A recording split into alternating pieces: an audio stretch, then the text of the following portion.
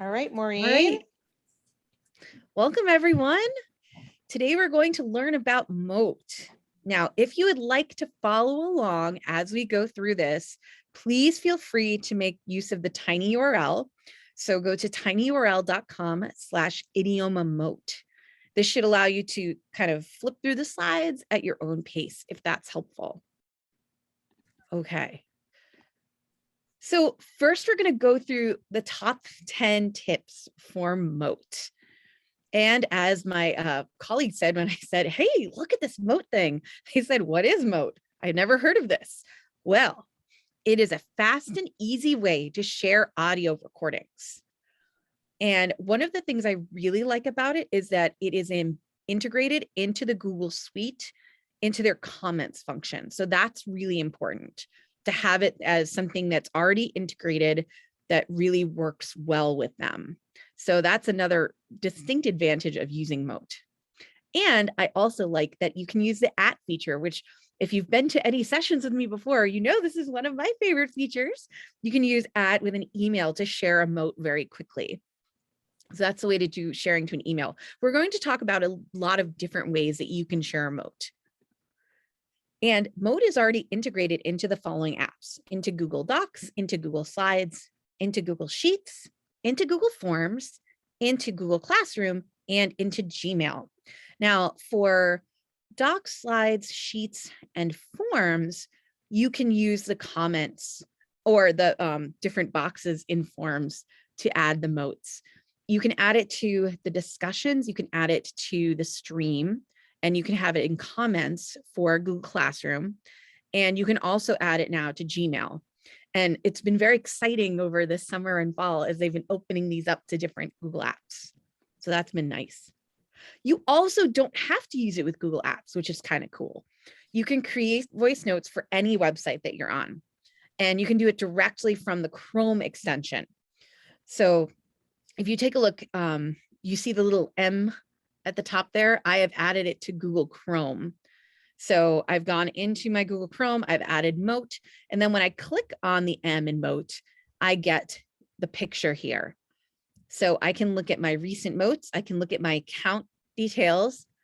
I have the extension enabled so that I can see it on Chrome, and you can do different settings, and you can also see your activity and engagement. Your activity and your engagement is the amount of Moats you've made, and also whether or not people have responded to that Moat, or what they say, whether you've been Moaticed. So it's kind of fun.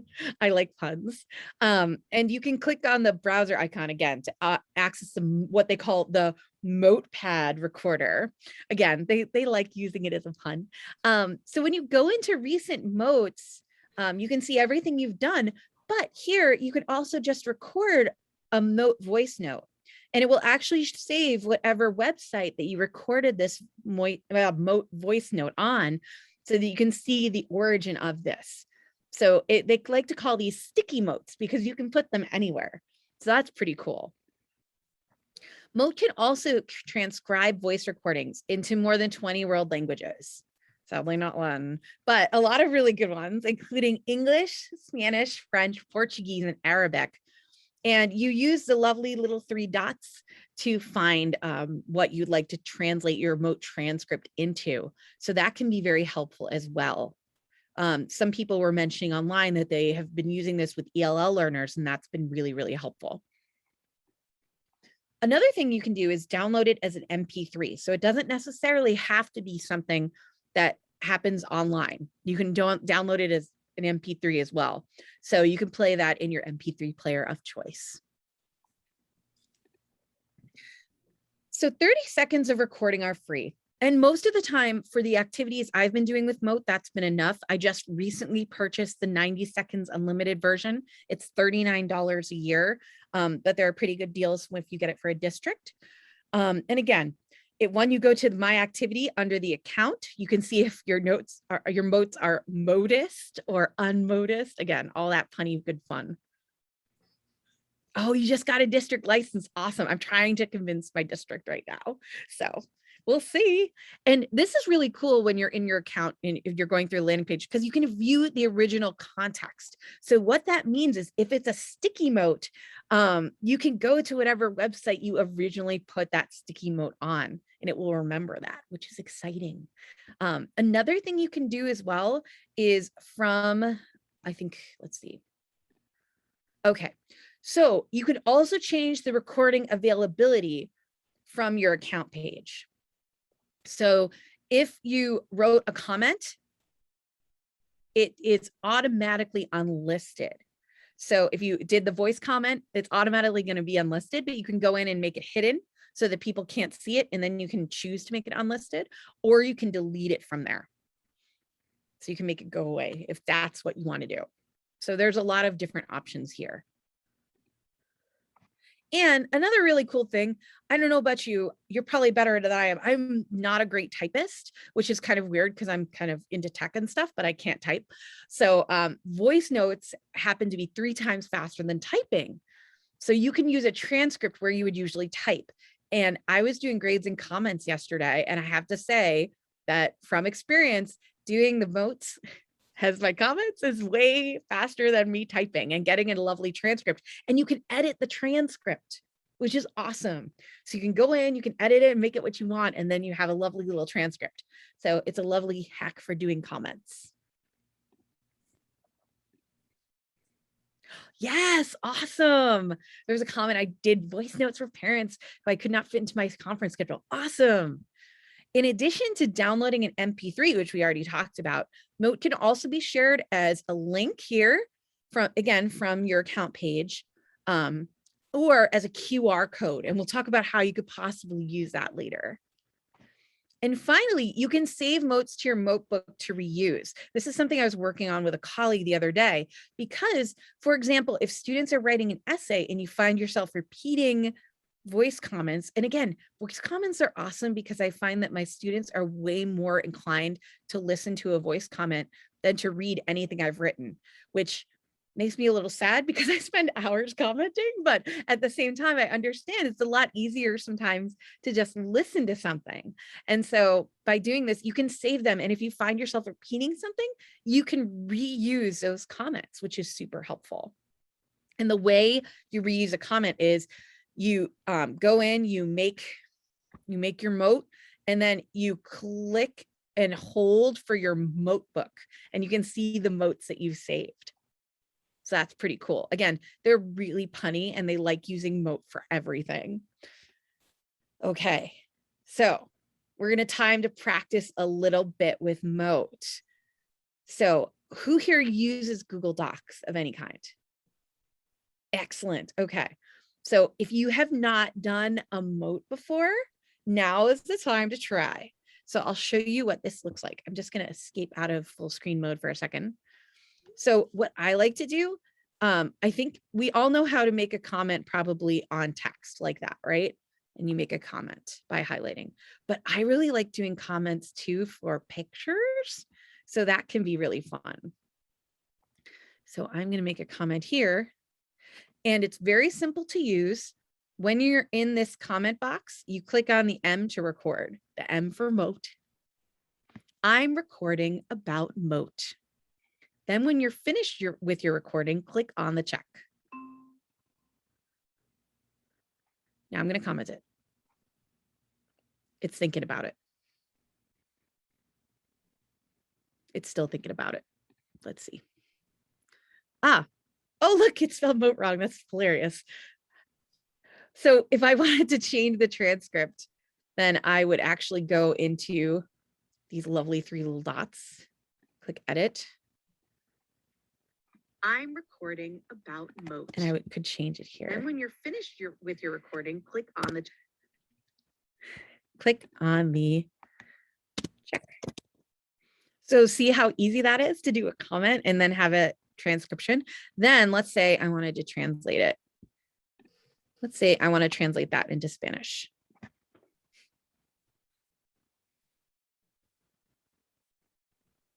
Okay, that's pretty good actually. Pretty cool. From my 2 years of high school Spanish, it looks okay. Yes. Can I ask a quick question? Oh, please. Can you record and have the transcript be in another language? Let's try it. Let's put that Spanish to use, huh? Let's do it. Okay.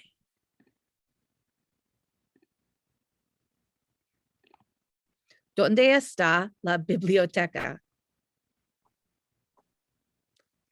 Community, right? Perfecto, perfecto.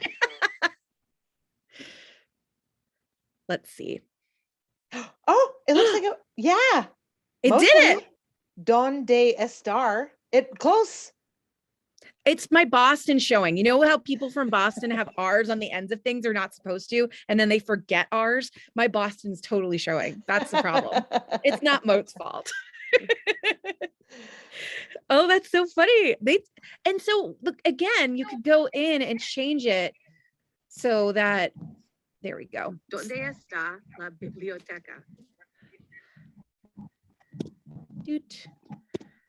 Now I'm interested to see if we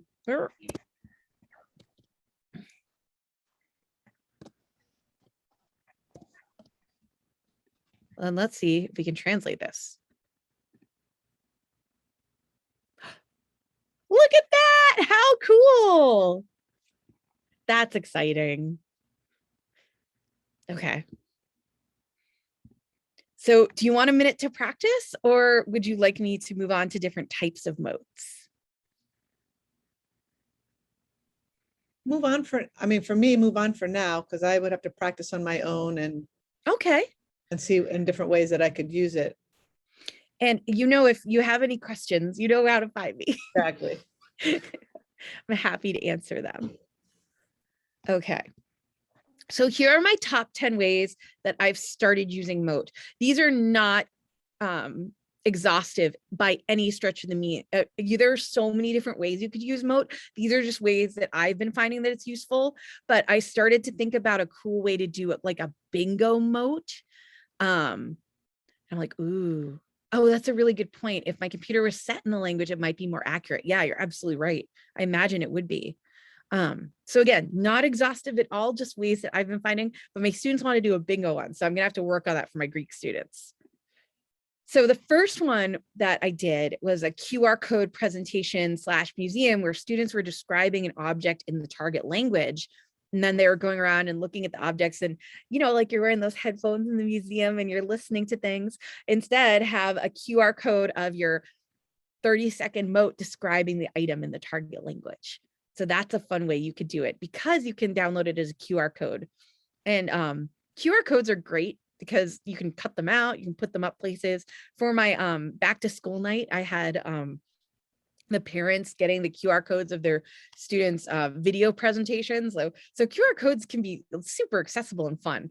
You can use them in a lot of different ways, but I really love that they can be used as kind of a listening Mote for the students too.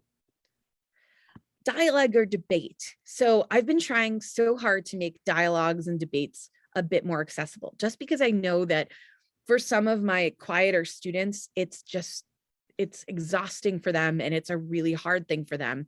But doing it in a way that's they can record themselves, they can respond in their own time. A lot of them like to listen during the debate and not to participate as much, but they have a lot to say afterwards. So I like the accessibility of allowing students to, after a debate, kind of keep the conversation going with something like Mote, where they can make their points in the target language after the fact.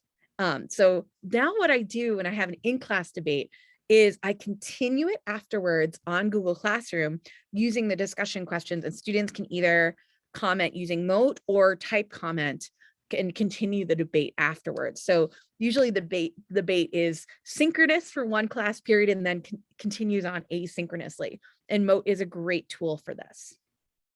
And so either on doing this on, I originally started doing it on slides with questions per slide that students would respond to, but then I started doing it again with the questions in Google Classroom. Another type of way I've been using Mote that is really, really helpful is directions. So I know that directions are often written on papers However, I have found it to be so much more accessible when I say directions out loud at the beginning of assessments or at the beginning of a project. And so having the directions also on Moat on the project itself, where students can listen at any time, is a great way to make those directions something that's accessible. Again, this can be with anything you're using in the Google Suite so that students can go back and listen to that. And so I find that really helpful. Another thing is feedback. As I said before, I feel like my students are way more willing to listen to something rather than read it.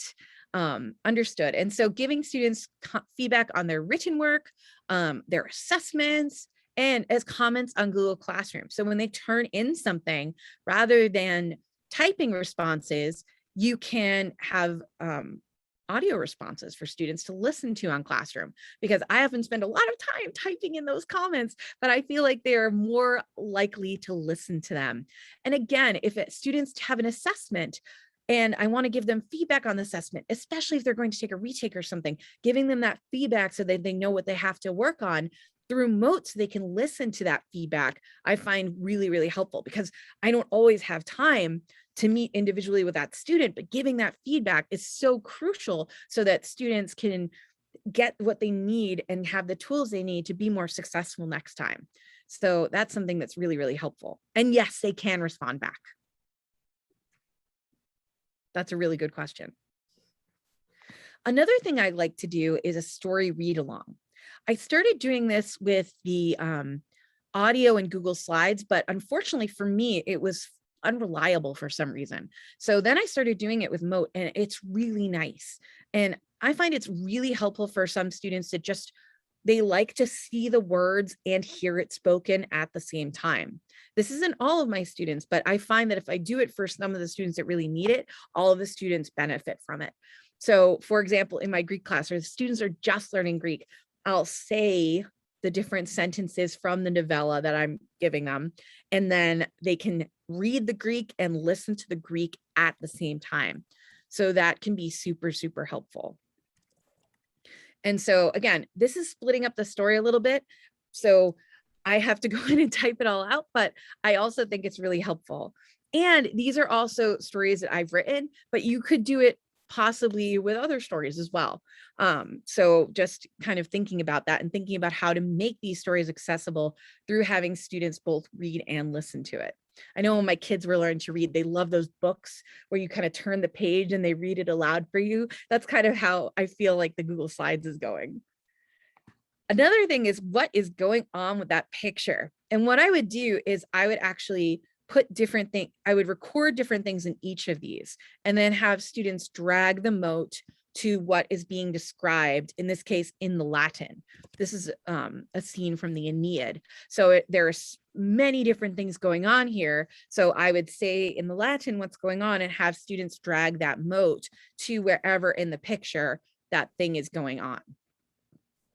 So that might be something that can be really helpful. I love doing picture matches on Google Slides. Google Slides are one of my favorites. And I really hope that Mote can do Jamboard soon. That's one of my goals. I want to ask them if they could do it on Jamboard sticky notes, because I feel like that would be awesome. I would love that so much, but right now it doesn't. So I'm sticking to Google Slides. I'll put it in one of the requests for Mote. Another thing would be showing work with Mote. So explaining how they got the answer they got. And I'm going to try this tomorrow with my EP Latin class as they're describing how they're scanning lines. So that should be really interesting. But again, showing work. I know when we think about language classes, maybe we don't think as much about showing work, but kind of answering why we did what we did might be really useful.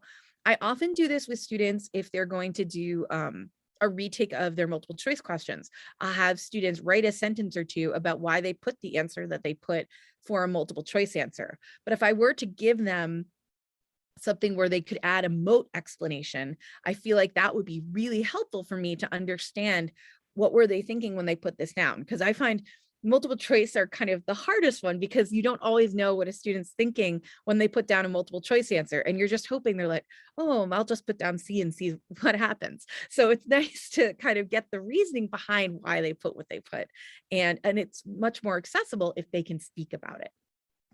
Another thing would be a jumble. So have a bunch of motes that students can listen to that are telling a story, and then have the students put those motes in order. What came first, what came second, what came third, what came fourth. Again, using the comments function and attaching it to these images, but then dragging it where you need it to be. Another thing would be listening questions. And this is so helpful if you're doing a listening assessment in Google Forms. You can record a Mote right in Google Forms, or have students give a response Mote in Google Forms. So that's really helpful. So students can do both listening exercises and speaking exercises through Google Forms now, which is really cool. And another one would be choose an answer. So this is a fun one. So if students are hearing something in the target language, what would be the correct answer to this in the target language? So for example, if I asked a student in Latin, quid est nomen tibi, then I said, I don't know, caelum est tepidum. If I said, mihi nomen est magistra agna.